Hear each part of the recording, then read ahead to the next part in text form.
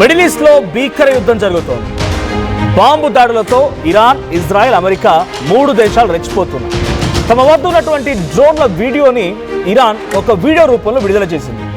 Israel, America అసలు ఎవరూ కూడా ఊహకందని రీతిలో ఇరాన్ కౌంటర్ అటాక్ ఇవ్వబోతోంది. ఓవైపు సర్వం కోల్పోతూనే ఇజ్రాయెల్ని మట్టు పెడుతోంది ఇరాన్. ఇరాన్ భూభాగం పైన దాడులకు సిద్ధమైన అమెరికా. అయితే మిడిల్ ఈస్ట్కు అమెరికా మెరైన్ కమాండోలు కూడా చేరుకున్నాయి. సో అమెరికా మెరైన్ కమాండోలు చేరుకున్నాయి. సముద్ర మార్గంలో మెరైన్ దళాలు తరలిస్తూ ఉన్నాయి. ఇక యుఎస్ఎస్ ట్రిపోలి యుద్ధ నౌకలో 2500 మెరైన్ కమాండోలు ఉన్నాయి. 20 ఫైటర్ జెట్లు కూడా ఉన్నాయి. ఇజ్రాయెల్ ప్రధాని నేతన్యాహు చనిపోయాడంటూ ప్రచారం కూడా జరుగుతోంది.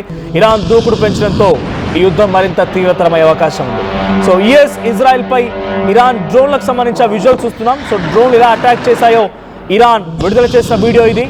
సో ఇరాన్ వైపు నుంచి విడుదలైనటువంటి వీడియోలో ఇరాన్ డ్రోన్లు ఎంతటి అద్భుతాన్ని సృష్టించగలిగాయనే రకంగా వాళ్ళు విడుదల చేసిన ఈ వీడియో మనం చూస్తున్నాం.